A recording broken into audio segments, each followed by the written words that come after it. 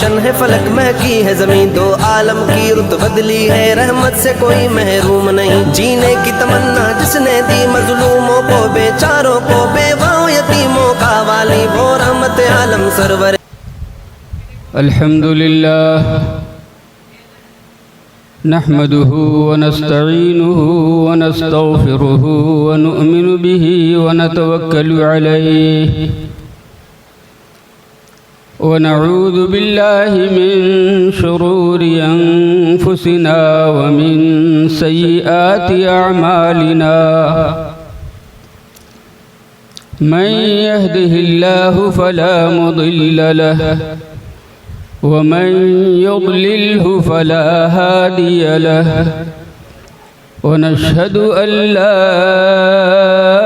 इलाहा इल्लल्लाहु वहदहु ला शरीक लहु व नशहदु अन्न सय्यिदना व नबियना व मौलाना मुहम्मदन अब्दुहु व रसूलुहु सल्लल्लाहु तआला अलैहि व अला आलिहि व सहबिहि व बारक व सल्लम। अम्मा बअदु फअऊज़ु बिल्लाहि मिनश शैतानिर रजीम। बिस्मिल्लाहिर रहमानिर रहीम। लक़द जाअकुम रसूलुम मिन अनफुसिकुम अज़ीज़ुन अलैहि मा अनित्तुम अज़ीज़ुन अलैहि मा अनित्तुम हरीसुन अलैकुम बिल मुमिनीन रऊफ़ुर रहीम। फ़इन तवल्लौ फ़क़ुल हस्बियल्लाहु ला इलाहा इल्ला हु अलैहि तवक्कलतु व हुवा रब्बुल अर्शिल अज़ीम। आमन्तु बिल्लाहि सदक़ल्लाहुल अज़ीम।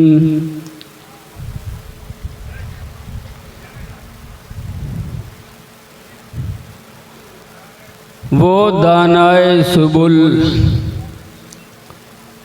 ख़त्मुर रसूल मौलाए कुल जिसने,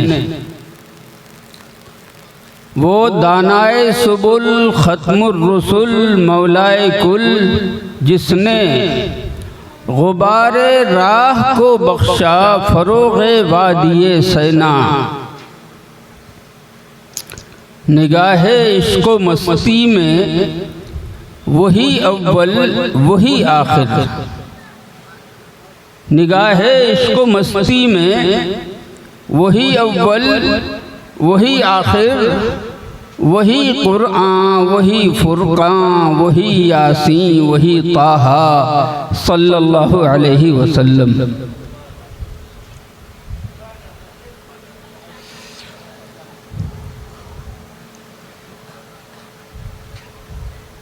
मेरे भाइयों, दोस्तों और बुज़ुर्गों,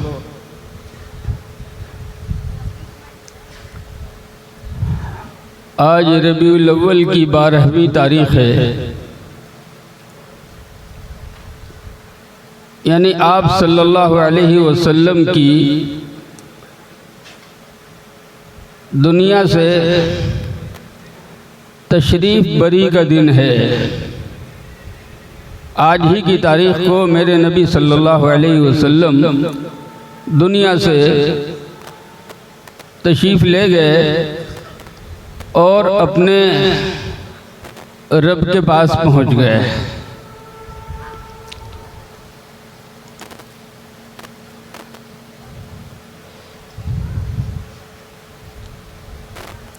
हम मुसलमानों की ईमानी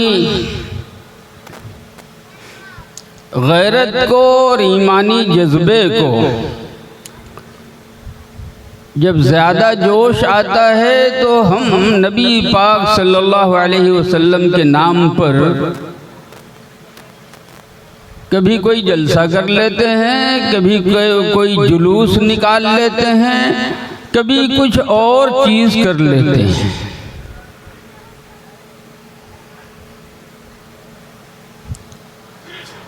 जहाँ तक नबी अकरम सल्लल्लाहु अलैहि वसल्लम की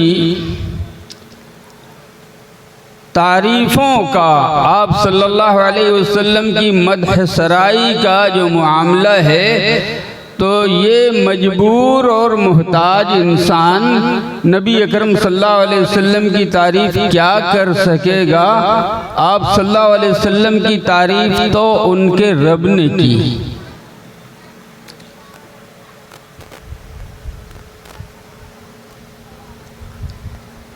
और ख़ुद कुरान करीम में उसने ऐलान किया, हुज़ूर अकरम सल्लल्लाहु अलैहि वसल्लम को मुखातब करते हुए, व रफ़अना लक ज़िक्रक, ए मेरे नबी सल्लल्लाहु अलैहि वसल्लम, आपका ज़िक्र हमने ऊंचा कर दिया है।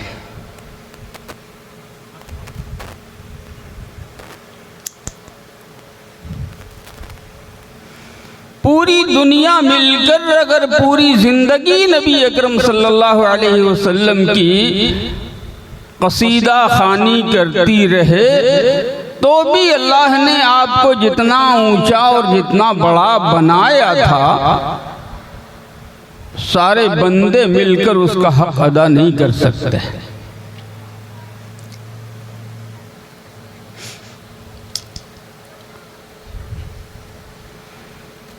और मैं अर्ज करता हूँ,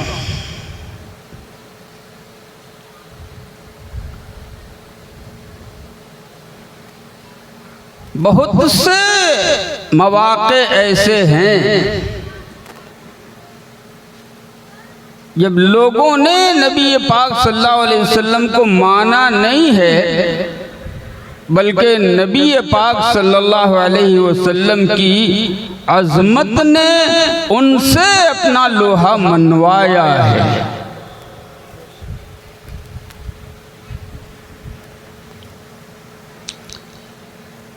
दो तीन वाक़यात अर्ज़ करता हूँ।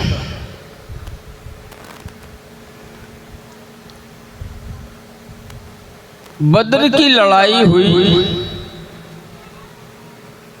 मुसलमान कमज़ोर, सिर्फ 313, और वो भी इतने कमज़ोर कि उनके हाथों में मुकाबले का हथियार नहीं। दूसरी तरफ 1000 का मजमा जो मक्के से 430 किलोमीटर चलकर हमला करने के लिए मदीने आया है।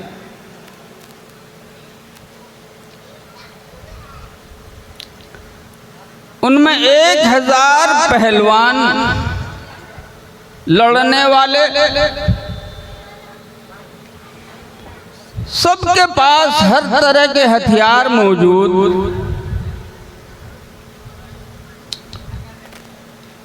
एक तरफ हाल ये है कि किसी को खाना मिला, किसी को नहीं मिला, कोई एक आध मुट्ठी खजूर पर ही गुजारा किए हुआ है, और दूसरी तरफ ये है कि 10-10 ऊंट ज़बह करके रोज़ाना काफिले वालों को खिलाया जा रहा है। लेकिन जब अल्लाह की मदद सामने आई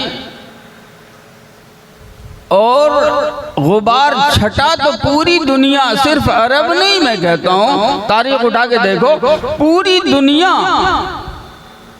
दांतों में उंगलियां दबा दबा के सोचने पे मजबूर हुई कि ये हुआ क्या। 70 बड़े बड़े सरदार मारे गए, 70 कैद हुए।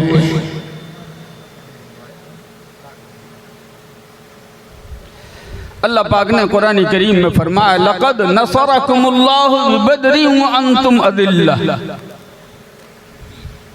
बदर में अल्लाह ने तुम्हारी मदद की, हालांकि तुम बेहैसियत थे। उन पकड़े जाने वालों में जो गिरफ्तार हुए थे 70 नबी अकरम सल्लल्लाहु अलैहि वसल्लम के अपने सगे चचा हजरत अब्बास भी थे, जो दुश्मनों की तरफ से आए थे।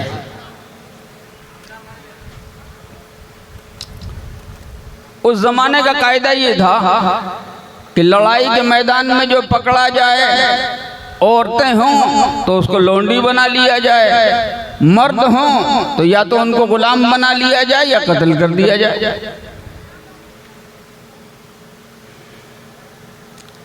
अब क्या करना चाहिए? मशवरा हुआ। हजरत उमर रजी अल्लाह अन्हु ने भी अपनी राय दी, हैते सईदना अबू बकर सिद्दीक रजी अल्लाह ताला अन्हु ने भी अपनी राय दी। हैते अबू बकर की राय पे अमल किया गया और ये कहा गया कि ये अपने ही लोग हैं, गुलाम बनाएंगे तो अपनी ही बेइज्जती होगी, और कत्ल कर देंगे तो भी खुद को ही दर्द होगा, और फिर एक नुकसान ये होगा कि ये या इनकी नस्ल में आइंदा ईमान लाने की जो उम्मीद है वो खत्म हो जाएगी।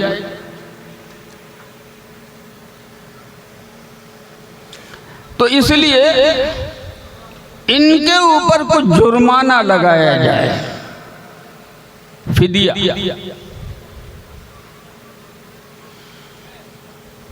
और जो लोग दे दें उनको छोड़ दिया जाए। उन्हीं में हैते अब्बास रजी अल्लाह ताला अन्हु का मसला भी सामने आया। तो हैते अब्बास रजी अल्लाह ताला अन्हु ने कहा कि मोहम्मद, तुम जानते हो कि मैं बहुत ज़्यादा मालदार आदमी नहीं हूँ, मैं गरीब आदमी हूँ, और जो रकम तुमने जुर्माने में लगाई है फिदिये में, तो मैं नहीं दे सकता। मेरे आका सल्लल्लाहु अलैहि वसल्लम मुस्कुराए और उसके बाद फरमाया कि चचा, आपने और आपकी अहलिया चची जान ने दोनों ने मिल करके जो माल जद्दा के रास्ते में ज़मीन में गाड़ा है, उस माल का क्या होगा? इतना सुनना था कि हजरत अब्बास रजी अल्लाह ताला अन्हु ने कहा, खुदा की कसम, वो माल जो ज़मीन में गड़ा हुआ है मेरे और मेरी बीवी और खुदा के अलावा चौथा कोई जानता ही नहीं है। तुमको कैसे पता चला कि वहाँ है? यकीनन तुम्हारा ताल्लुक उस खुदा से है जो खुदा वहाँ देख रहा था, उसी खुदा ने तुमको बताया है। मैं गवाही देता हूँ कि तुम अल्लाह के रसूल हो, और कलमा पढ़ा ला इलाहा इल्लल्लाह मुहम्मदुर रसूलुल्लाह।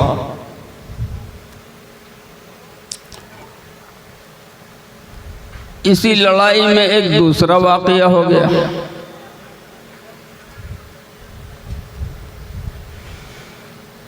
कहाँ मदीने मक्के वाले चढ़ के आए थे कि मुसलमानों को तो पीस के रख देंगे, बाजी उलट गई। मक्के के हर घर में मातम,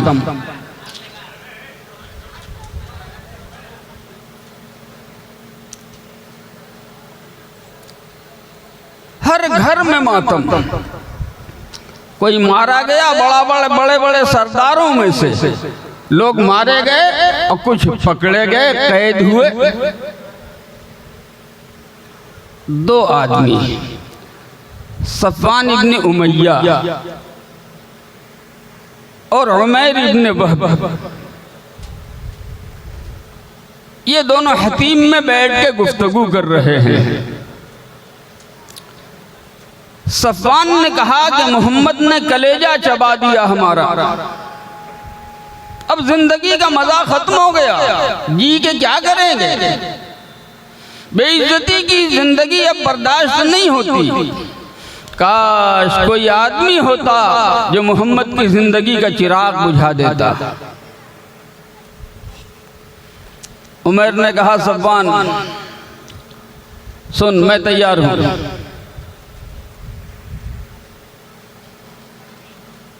मैं तैयार हूँ, लेकिन 2 मजबूरी है मेरे साथ। एक मजबूरी ये है कि मैं कर्जदार आदमी हूँ, मुझ पर कुछ लोगों का कर्ज बाकी है। अगर मैं गया और मारा गया तो लोग ताना देंगे कि कर्ज अदा करने की हिम्मत नहीं हुई और जाकर के मर गया।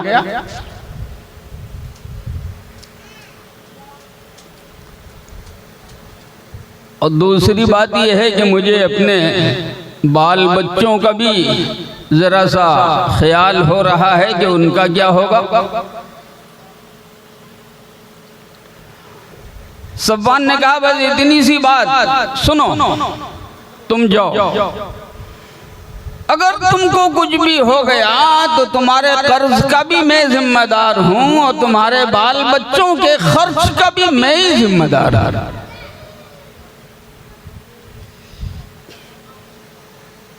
यहाँ से मैं अपने भाइयों से, नौजवानों और बुजुर्गों सबसे एक बात कहना चाहता हूँ, सबसे एक बात कहना चाहता हूँ कि वो ईमान से बाहर थे, काफिर थे, लेकिन लोग जानते थे और दुनिया जानती थी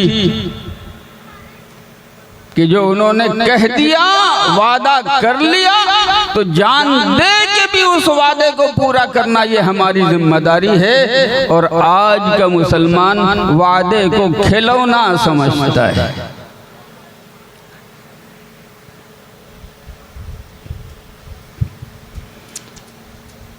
उनकी नजर में वादे की कीमत थी कि जो वादा कर लिया है उसको निभाएंगे।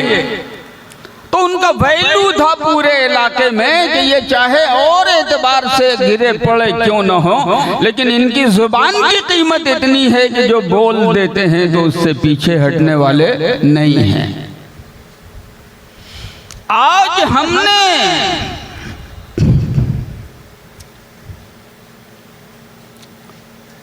मुस्लिम मिल्लत और मुस्लिम कम्युनिटी के एतबार से अपने आप को इतना गिराया कि न हमारे छोटे की जुबान का कोई वजन व वैल्यू रहा, न हमारे बड़े की जुबान का कोई वजन व वैल्यू रहा और उसकी कीमत रही। बेहैसियत हमने अपने को खुद किया है। सफ़वान ने वादा कर लिया, उमर घर आया, उमैर घर आया। अच्छा, यहाँ से एक लतीफ़े की बात अभी जहन में आ गई। दो आदमी नबी अकरम सल्लल्लाहु अलैहि वसल्लम के कत्ल के इरादे से, पुख्ता इरादे से तैयार हो करके घर से निकले और नबी की खिदमत में पहुंच भी गए। लेकिन खुदा का करिश्मा देखो, ये दोनों जब नबी की खिदमत में आ गए, सूरत देखी तो तलवार नहीं उठाई बल्कि गुलामी का कलमा पढ़ा। एक उमर चले थे कि नबी की जिंदगी का चिराग बुझा देंगे, नबी की खिदमत में हाजिर हुए। नबी सल्लल्लाहु अलैहि वसल्लम ने दामन झटक के पूछा था, उमर क्यों आए हो? तो जवाब दिया, या रसूल अल्लाह सल्लल्लाहु अलैहि वसल्लम, गुलामी के सिलसिले में दाखिल होने आया हूं।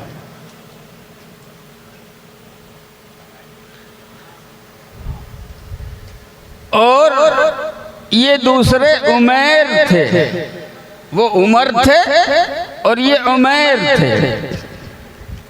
इसने भी तय कर लिया, बात हो गई सफ़वान से कि नबी की जिंदगी का चिराग गुल करना है।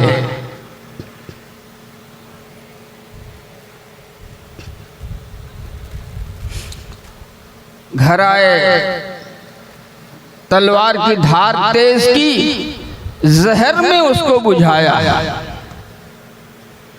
ताकि काट अगर सही ना हो तो जहर काम कर जाए। और उसको अपने मयान में रखा, वहां से चलते हुए मदीने आए।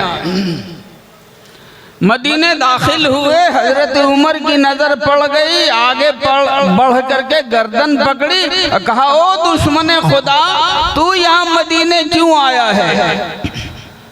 और गर्दन पकड़े पकड़े अल्लाह के रसूल सल्लल्लाहु अलैहि वसल्लम की खिदमत में हाजिर हुए। कहा या रसूल अल्लाह सल्लल्लाहु अलैहि वसल्लम, ये दुश्मन खुदा यहाँ दिखाई दे रहा है, इरादे नेक नहीं मालूम होते, इजाजत दीजिए गर्दन उड़ा दो। आप सल्लल्लाहु अलैहि वसल्लम मुस्कुराए, कहा उमर गर्दन छोड़ो, बेचारा मक्के से आया है, जरा बात तो करने दो, क्यों आया है?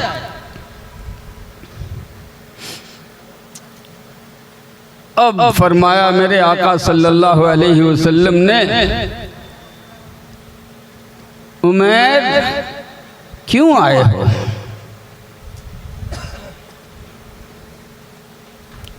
तो उमर ने कहा कि मोहम्मद सल्लल्लाहु अलैहि वसल्लम, मेरे रिश्तेदार यहाँ आपकी कैद में हैं, लड़ाई में आए थे, पकड़े चले गए हैं, उन्हीं को छुड़ाने के लिए आया हूँ। आपकी मुस्कुराहट थोड़ी और गहरी हो गई। फरमाया अच्छा ये उमर तलवार क्यों लाए हो? तो कहा आप जानते हैं मक्के से लेके यहाँ तक का लंबा फासला है, दरमियान में पहाड़ियाँ हैं, जंगल है, झाड़ियाँ हैं, दुश्मनों का खौफ है, डाकुओं का डर है, जंगली दरिंदों का अंदेशा है, तो अपनी हिफाजत के लिए ये तलवार मैं लेके आया हूँ। मेरे आका सल्लल्लाहु अलैहि वसल्लम और गहरे तौर से मुस्कुराए और फरमाया अच्छा उमर, तुम्हारे और सफवान के बीच में क्या बातें हुई थी? अब उमर की आंख की पट्टी खुली कि खुदा की कसम, जब हम लोग हतीम में बात कर रहे थे तो सफवान के और मेरे अलावा कोई नहीं था। ये मदीने में बैठे हुए, किसने इनको खबर दी और मक्के से ये बात यहाँ तक पहुँची? कोई तीसरा तो था नहीं, सफवान बताएगा नहीं और मैंने किसी से कहा नहीं। यकीनन यकीनन वो खुदा जो हमारे दोनों की गुफ्तगू को सुन रहा था, उस खुदा से इस मोहम्मद रसूलुल्लाह सल्लल्लाहु अलैहि वसल्लम का गहरा ताल्लुक है, उसी खुदा ने इनको बताया है। उमर नबी का अशहदु अल्ला इलाहा इल्लल्लाह व अशहदु अन्नका लरसूलुल्लाह, मैं गवाही देता हूँ कि अल्लाह के सिवा कोई इबादत के लायक नहीं है, और मैं गवाही देता हूँ कि यकीनन आप अल्लाह के रसूल हैं। वाक़े पे वाक़या याद आता जा रहा है।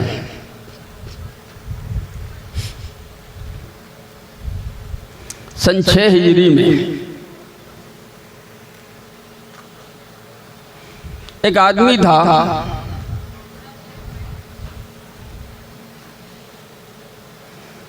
हारिस इब्ने अबी ज़रार, बनुल मुस्तलिक नाम था उसके कबीले का। उसने साजिश की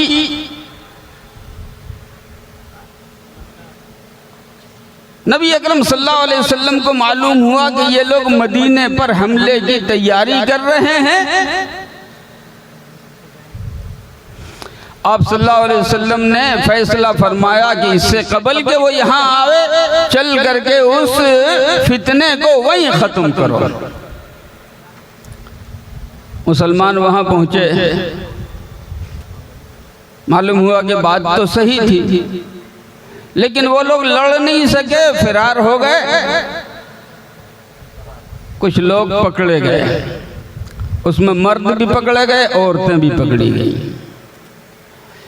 एक मोहतरम खातून जो नबी अकरम सल्लल्लाहु अलैहि वसल्लम की ज़ौजे मोहतरमा बनी, उम्मुल मोमिनीन हज़रत जुवैरिया रज़ी अल्लाह ताला अन्हा,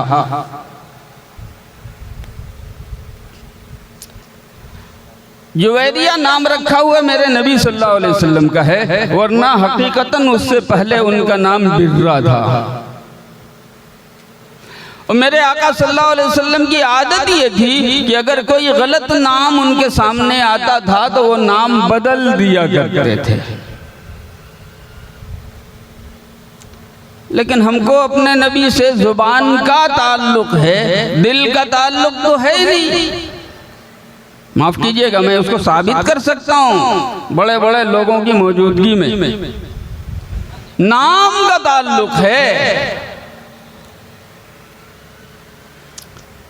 तो अब अपने बेटों का नाम हम अबू बकर नहीं रखते, क्या ओल्ड मॉडल है। उमर नहीं रखते, उस्मान नहीं रखते, अली नहीं रखते। अपने बेटे का नाम रखेंगे डब्लू, बबलू, पिंकू, चिंकू। क्या है, कहां से लाया ये मॉडल आपने? मेरे आका सल्लल्लाहु अलैहि वसल्लम ने नाम बदल दिया, जुवैरिया नाम रखा। ये मुहतरम खातून एक सहाबी के हिस्से में आई, हजरत साबित रजी अल्लाह ताला।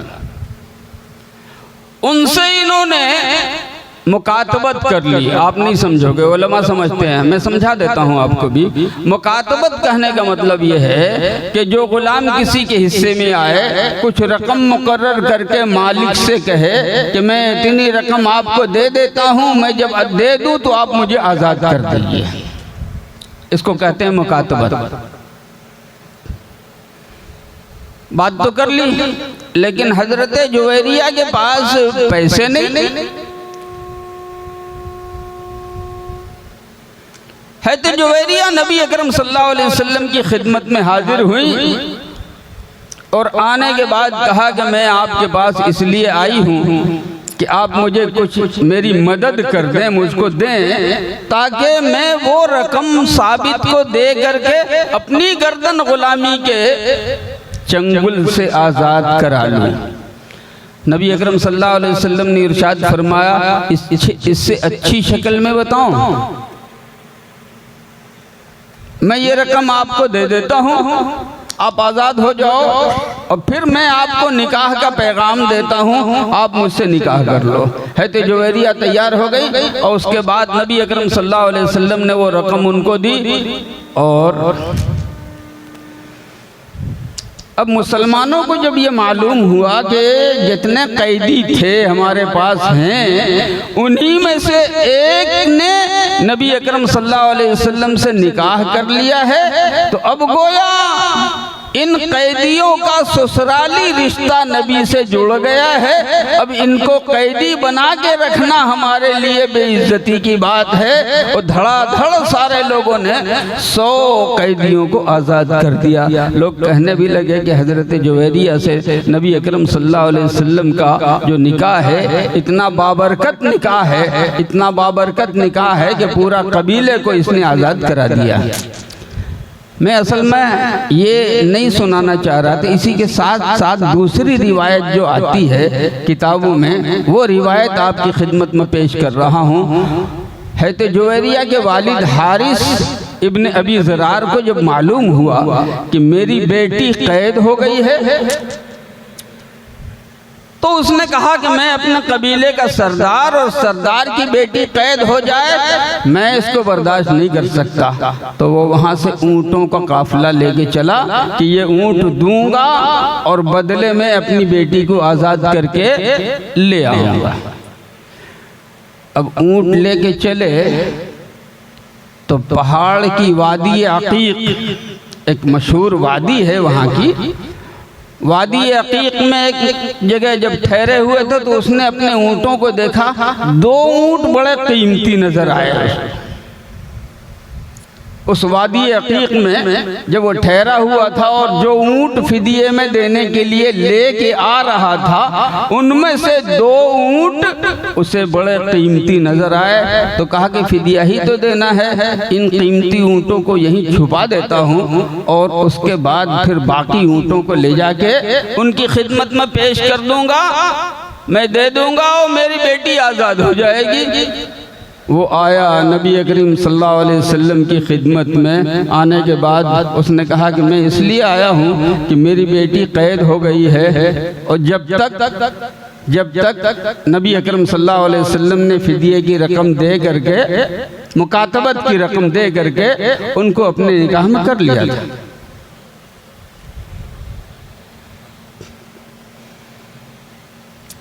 हारिस जब आया नबी अकरम सल्लल्लाहु अलैहि वसल्लम की खिदमत में और कहा कि मैं अपनी बेटी को छुड़ाने के लिए आया हूँ और ये ऊँट तुम्हारे हवाले हैं, तो मेरे आका सल्लल्लाहु अलैहि वसल्लम की मुस्कुराहट ज़रा गहरी हो गई और फरमाया, हारिस वो 2 ऊँट कहाँ हैं जो तुमने वादी अकीक में छुपा के रखे हैं, उनको क्यों नहीं लाए? अब हारिस की आंख की पट्टी खुली कि या अल्लाह ये मामला क्या है, मैं ऊँट लेके आ रहा था, इनको कैसे पता चला कि वो ऊँट वहाँ मैंने छुपा के रखे हुए हैं? हारिस ने भी वहीं पे कलमा पढ़ा, अशहदु अल्ला इलाहा इल्लल्लाह व अशहदु अन्नका लरसूलुल्लाह, मैं गवाही देता हूँ कि अल्लाह के सिवा कोई इबादत के लायक नहीं है और मैं गवाही देता हूँ कि आप यकीनन अल्लाह के रसूल हैं। आज बेईमान दुनिया ये कह रही है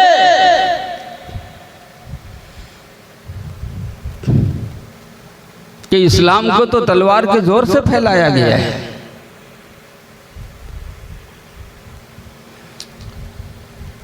मैं पूछना चाहता हूं, अगर जर्रा बराबर इंसाफ है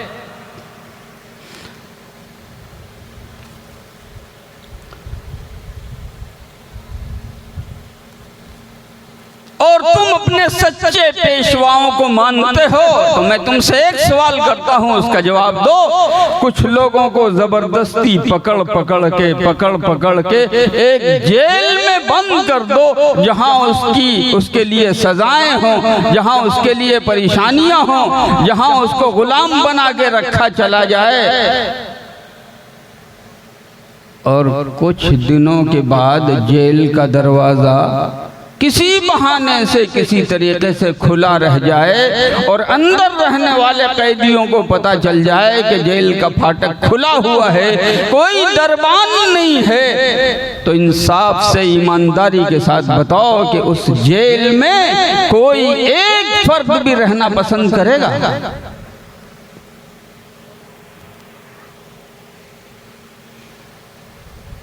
और अगर करेगा तो मैं तुमसे कहता हूं कि जरा अपने सिक्योरिटी गार्ड हटा लो, अपने हिंदुस्तान की जेलों का दरवाजा खोल के देखो कि 2 दिन के बाद कितने कैदी तुम्हें वहां मिलते हैं।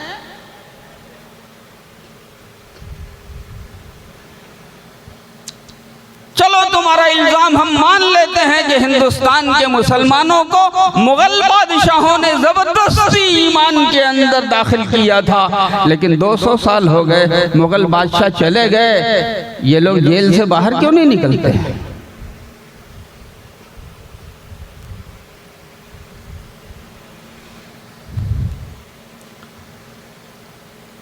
इसका मतलब ये है कि इनको जबरदस्ती नहीं लाया गया था, बल्कि एक पुराने तरीके से ये अपनी जिंदगी गुजार रहे थे, जहाँ जुल्म था, जहाँ बेईमानी थी, जहाँ बेइंसाफी थी, जहाँ बड़ा ताकतवर कमजोरों को सता रहा था। और जब इस्लामी जिंदगी का नक्शा उनके सामने आया कि बादशाह भी उसी लाइन में है और भीख मांगने वाला फकीर भी उसी लाइन में है, मस्जिद में अगर भिखारी पहले पहुंच गया और बादशाह बाद में पहुंचा है, अगर सबसे बाद में पहुंचा है, तो जहां जूते उतारते हैं बादशाह को वहां जगह मिलेगी और बादशाह को ऑब्जेक्शन का कोई हक नहीं होगा। कोई बादशाह, कोई गवर्नर, कोई बड़े से बड़ा ये उंगली नहीं उठा सकता कि मेरी हैसियत ये है, मेरा मर्तबा ये है, चाहे मैं बाद में दाखिल हुआ, मुझको अगले सब में जगह क्यों नहीं मिली।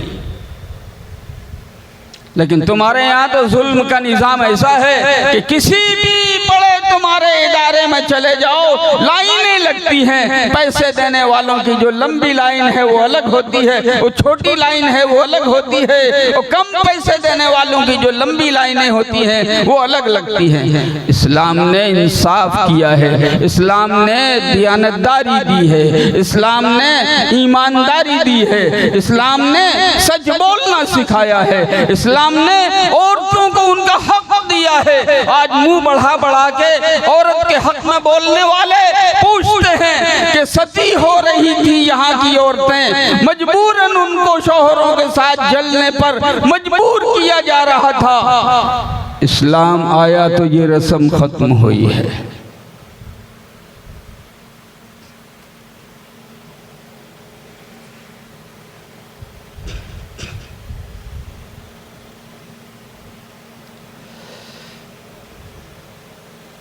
इस्लाम का कोई कानून गलत नहीं है। ईद का चांद नजर आया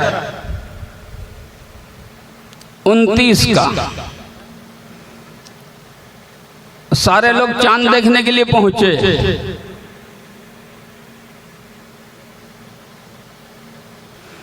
एक औरत अपने बच्चे का को धुला रही थी, लेट्रिन किया हुआ बच्चा था। बच्चे को छोड़ के धुला रही थी, कुछ गंदगी उंगली में भी लगी हुई थी। सब लोग चांद देखने के लिए दौड़े, कहा 29 का है, ज्यादा देर रुकेगा नहीं, फिर गायब हो जाएगा, अगर देखना है तो पहुंच जाओ। छत पे पहुंच गए। अब वो बारीक सा चांद इशारा कर करके वो है वो है वो है, तो इसको भी नजर आया और इसने भी दूसरे को दिखाया वो चांद है, और जो करीब में गंदगी लगी हुई थी उसकी वजह से बदबू फैली। का चांद तो दिखाई दे रहा है, लेकिन अजीब बात है, अब की का चांद बदबूदार बहुत है।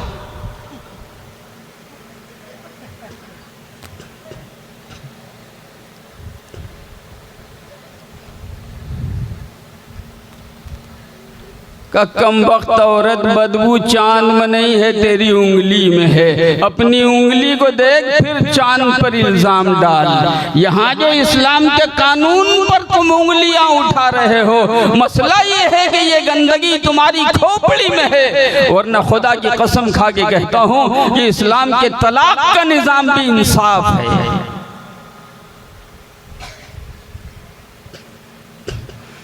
आज तुमने पूरी दुनिया में बदनाम कर दिया तलाक के निजाम को। मैं पूछता हूं, सिर्फ एक सवाल का जवाब देना,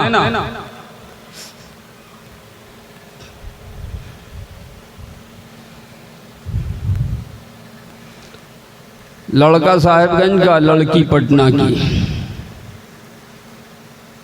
या लड़की साहिबगंज की, लड़का पटने का, दोनों के बाप दोस्त थे। दोनों ने कहा कि हमारा दोस्ती का रिश्ता अगर असली ससुराली रिश्ते में बदल जाए तो ये रिश्ता और पक्का हो जाएगा। दोनों एक दूसरे के लिए तैयार हो गए और दोनों ने उसका रिश्ता तय कर दिया, दोनों का।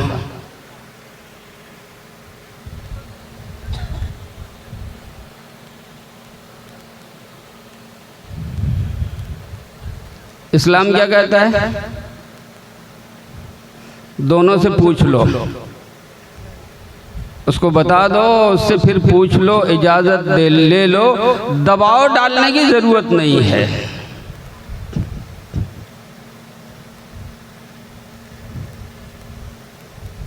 दबाव डालने की जरूरत नहीं है।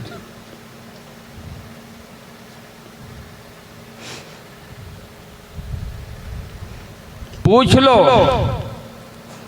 नहीं समझ में आता उसके सामने हकीकत रख दो। सारी कायनात के आका हुजूर अकरम जनाब मोहम्मद रसूलुल्लाह सल्लल्लाहु अलैहि वसल्लम ने अपनी साहिबजादी, जिसके बारे में फरमाया था कि फातिमतु फलजती कबदी, फातिमा मेरे जिगर का टुकड़ा है, उस बेटी का रिश्ता दुनिया के नौजवानों के सबसे बड़े सरदार हजरत सईदना अली रजी अल्लाह ताला अन्हु से करना चाहा। तो अपनी बेटी से पूछा कि फातिमा, मैं तुम्हारा रिश्ता अली से करना चाहता हूँ, बोलो क्या हुक्म है।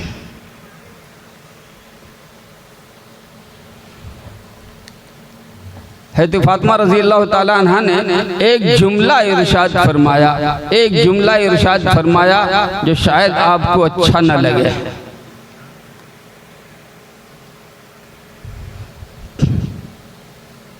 फरमाया दखरतनी ली फकीर कुरैश,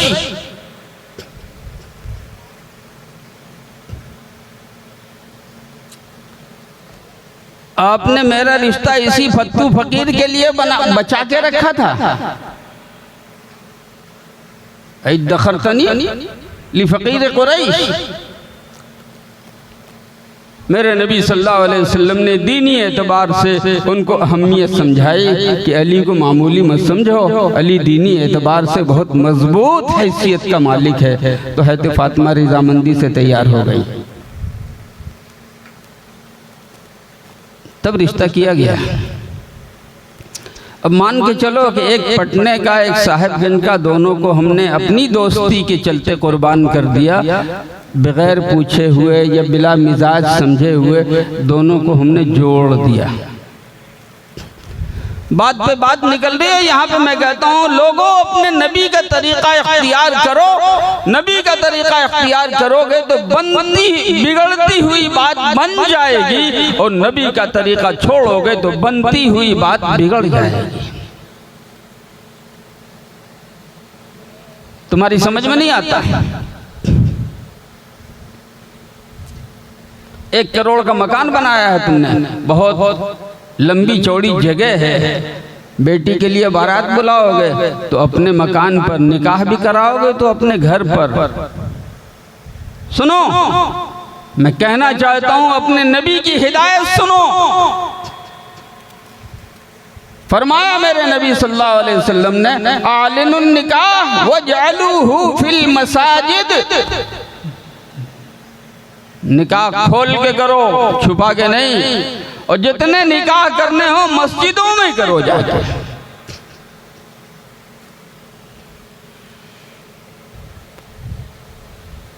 मगर तुमको चमक दमक ज्यादा पसंद है, नबी का हुक्म पसंद नहीं है, नबी का तरीका पसंद नहीं है, नबी की फरमाबरदारी पसंद नहीं है, तुम अपनी मोछ देखोगे। और मैं पूछता हूं बड़े साफ लफ्जों में, जरा कोई माई का लाल मुझे बता दे, मस्जिद अगर फूस की है, झोंपड़ी है, और तुम्हारा महल अगर लग्जरी है, मार्बल का नहीं बल्कि गोल्डन है, तो भी खुदा की कसम वो मस्जिद का मुकाबला नहीं कर सकता। तुमने एक अजनबी को दूसरे अजनबी से जोड़ा है, एक अजनबी को दूसरे अजनबी से जोड़ा है। काजी ने यहाँ वहाँ दोनों जगह कबील तो कह के और कबूल किया कह के, बस बात बन गई।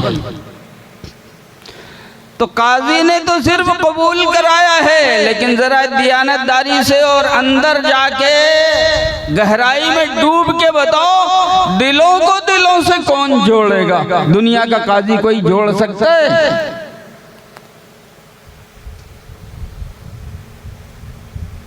यही निकाह अपने बंगले, अपने दालान की बजाय, अपनी बिल्डिंग की बजाय या मैरिज हॉल की बजाय तुम अगर मस्जिद में ये निकाह करते और वहाँ दोनों के दिलों को जोड़ने के बारे में दुआएं की जाती।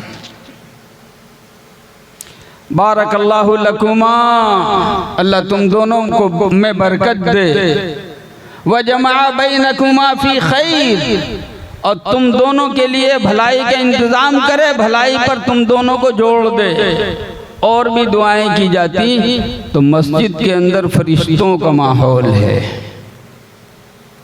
तुम दुआ करते फरिश्ते आमीन करते, तो दोनों की मुवाफकत का और दोनों के जोड़ का चांस वहां 99% हो जाता। तुमने नबी का हुक्म छोड़ दिया, अपने घर को बहुत ऊंचा समझा और उस फरमान की मुखालफत करके अपने घर में वो किया। नतीजा है कि आज शादी हो रही है और 4 महीने के बाद फिर दोनों, एक का मुंह पूरब चला जाता है, एक का मुंह पश्चिम चला जाता है, जोड़ नहीं बैठता। खूब याद रखना, तुम चांद पे जाके भी बसोगे तो तुम्हारी कामयाबी अल्लाह रब्बुल इज्जत ने मुहम्मदुर रसूलुल्लाह सल्लल्लाहु अलैहि वसल्लम की गुलामी में रखी है।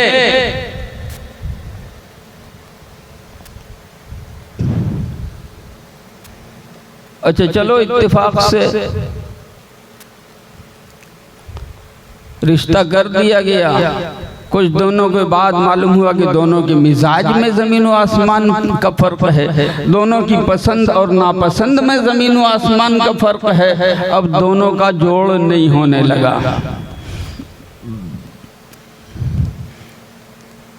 अब पूछो अपने दिल से कि इंसाफ क्या है? 7 जन्म का बंधन है अगर तुम्हारे कहने के मुताबिक, तो दोनों एक दूसरे के गले की घंटी बन गए कि पसंद हो या ना हो जिंदगी भर ढोते रहो। और इसके होते हुए वो दूसरे से निकाह नहीं कर सकता, और इसकी ज़ौजियत में होते हुए वो लड़की भी अपनी जिंदगी आबाद नहीं कर सकती। 2 जिंदगियों को बर्बाद कर दोगे तुम अगर तुम्हारे यहाँ तलाक का कानून नहीं होगा तो।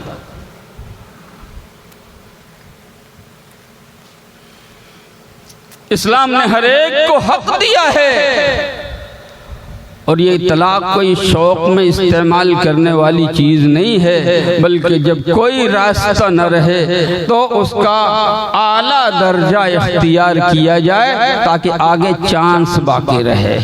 ये 3 तलाक की बात तो भूल जाओ। महाजाहिल किस्म के लोग 3 तलाक देते हैं, या अपनी बीवी को शर्त लगाने वाले के फला काम किया तो 3 तलाक। उल्लू के पट्ठो, तुमने कभी सोचा?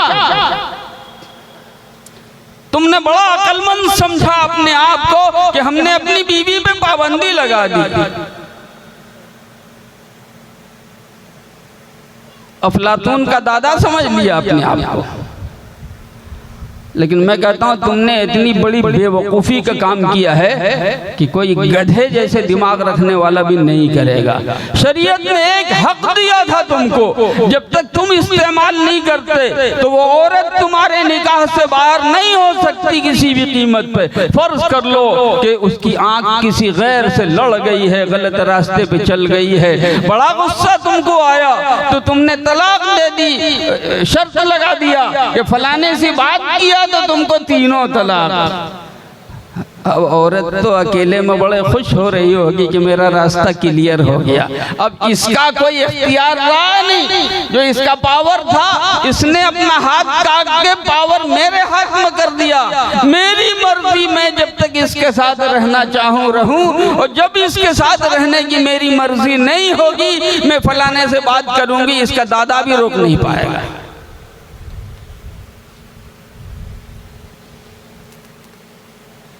तो ये 3 तलाक का इस्तेमाल करके खामखा इस्लाम को बदनाम करने वाले जाहिलों,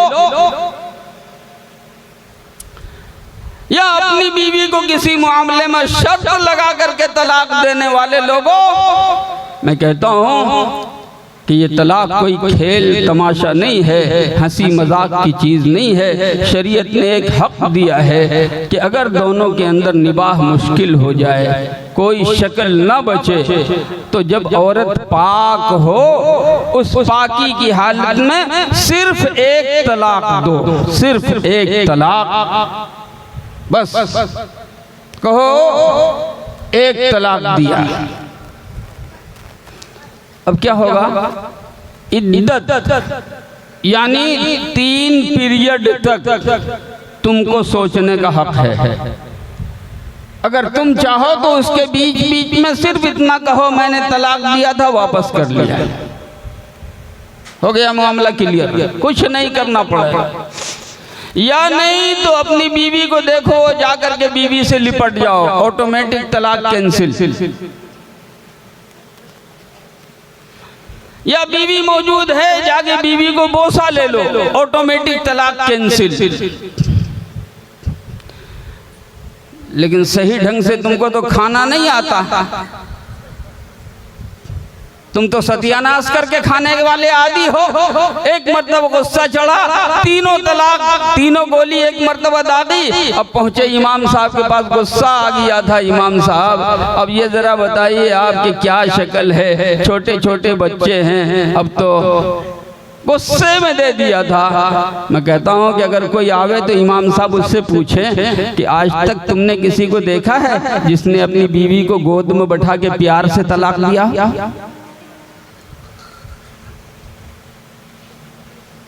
बड़ा गुस्सा आया तुमको, तो ये गुस्सा तुमने अपनी बीवी पे उतारा। गुस्से में गुस्सा जब बहुत चढ़ता है तो भैंसे से लड़ते क्यों नहीं? बड़ा गुस्सा आता है तो तुम क्यों समझते हो?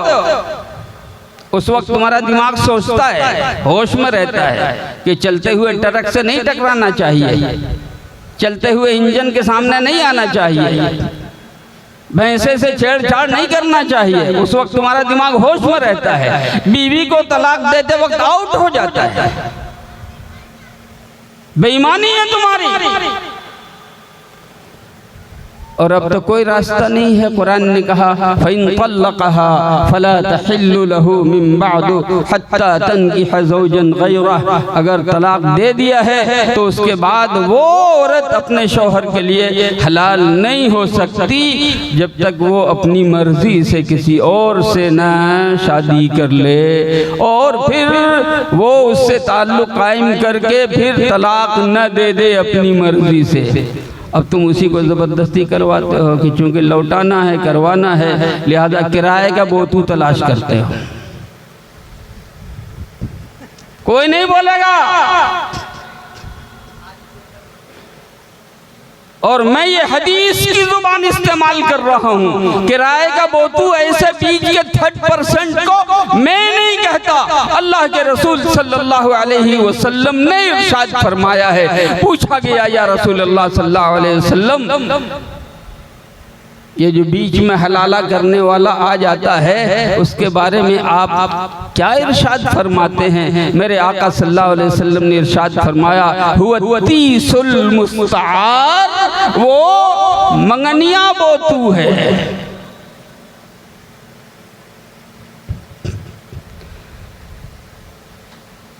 तुमने गलत कदम उठाया।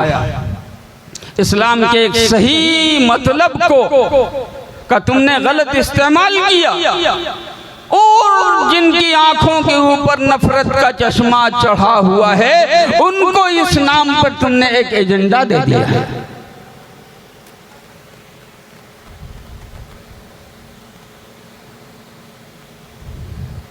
कितना वक्त हुआ भाई? 12:15। एक तक खत्म कर दो। हाँ,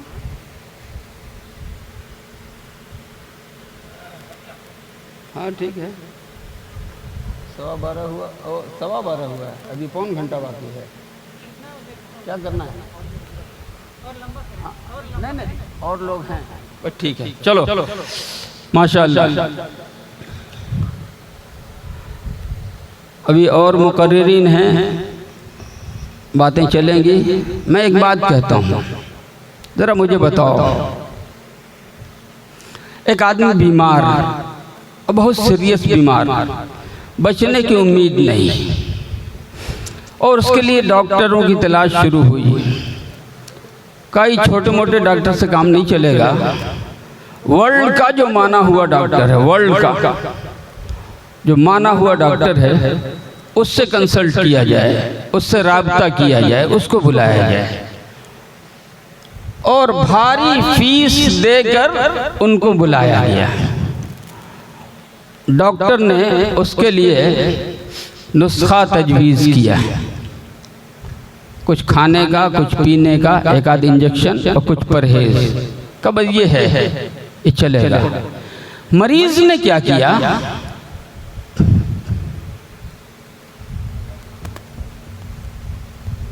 मरीज ने कहा कि डॉक्टर साहब आए हैं, वर्ल्ड के बड़े डॉक्टर हैं, इसलिए इनके आने से पहले जितना खर्च हो सब बर्दाश्त करेंगे, जगह जगह गेट बनाओ। महल्ले में दाखिल होंगे तो यहाँ वहाँ कुमकुमों की छत पैदा करो, उसको बनाओ। जब आएंगे तो आलीशान मकान में रखो, इनके खाने पीने का आलीशान तरीके से इंतज़ाम कर दो। बाकी जो उनका फार्मूला है, उनकी जो डायग्नोसिस है, उनका जो नुस्खा है, वो हमसे नहीं किया जाएगा।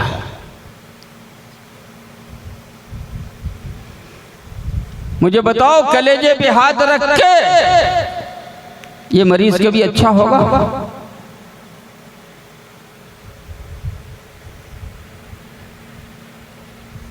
कभी भी इस मरीज का रोग जाएगा? कोई गेट नहीं बनाते, कोई मकान नहीं सजाते, कुछ नहीं करते। डॉक्टर ने जो फार्मूला तजवीज़ किया था, जो नुस्खा तजवीज़ किया था, उसके मुताबिक चलते। जो दवा उसने लिखी थी वही दवा तुम खाते, जो पीने के लिए उसने दिया था वही तुम इस्तेमाल करते, जो इंजेक्शन उसने लिखा था वही इंजेक्शन लेते, और जो परहेज उसने बताया था वही परहेज करते, तो शायद तुम्हारी बीमारी चली जाती और तुम अच्छे हो जाते। मैं अर्ज करना चाहता हूँ बहुत साफ लफ्ज़ों में, मुझसे पहले भी जो बुज़ुर्ग थे तकरीर फरमा रहे थे, उन्होंने एक हदीस पढ़ी। नबी अकरम सल्लल्लाहु अलैहि वसल्लम ने दुनिया से तशरीफ़ ले जाने से पहले आखिरी दर्जे में बड़ी हमदर्दी और बड़ी खैर खाही के साथ अपने लोगों को एक वसीयत फरमाई। फरमाया तरक्तु फीकुम अमरैन, दो चीज़ें छोड़ के जा रहा हूँ, लन तदुल्लू मा तमस्सकतुम बिहिमा, इन दोनों चीज़ों को अगर तुम थामे रहोगे तो दुनिया की कोई ताकत तुम्हें गुमराह नहीं कर सकती, दुनिया की कोई ताकत तुम्हें नीचा नहीं कर सकती, दुनिया की कोई ताकत तुम्हें गिरा नहीं सकती, बेइज्जत नहीं कर सकती। पहली चीज किताबुल्लाह, अल्लाह की किताब है यानी कुरान है। दूसरी चीज मेरा तरीका, मेरी सुन्नत। अल्लाह की किताब को थाम के रखो, मेरे तरीक़े को थाम के रखो, इसके मुताबिक चलते रहो। दुनिया की बड़ी से बड़ी हुकूमत, बड़ी से बड़ी सल्तनत भी तुम्हारा बाल बीका नहीं कर सकती। हमने क्या किया? हमने ये किया कि कुरान को भी निकाल दिया, कुरान को भी अपनी ज़िंदगी से निकाल दिया, और नबी अकरम सल्लल्लाहु अलैहि वसल्लम की सुन्नत को भी अपनी ज़िंदगी से निकाल दिया। तो अब मुझे बताओ, पर्ची पे पर्ची आ रही है, इन जलसों को आगे से तफरीह का जरिया मत बनाओ, पैगाम का स्टेज बनाओ। हमारे नौजवानों को, हमारे बुजुर्गों को किस्से कहानियां मत सुनाओ, ईमानियात की बात करो, उनको समझाओ कि इस्लाम के दामन में तुम्हारी कामयाबी है, कुरान ही के अंदर तुम्हारी तरक्की है, तुम्हारी इज्जत है। तुम कुरान को और नबी सल्लल्लाहु अलैहि वसल्लम की सुन्नत को थाम के चलोगे तो इज्जत तुम्हारे पास आएगी, और अगर इन दोनों को छोड़ दिया तो दुनिया में खरबपति बन जाओ, बेइज्जत ही रहोगे। अल्लाह हम सब को कहने सुनने से ज़्यादा अमल की तौफीक अता फरमाए। व आखिरु दावाना अनिल हम्दुलिल्लाहि रब्बिल आलमीन।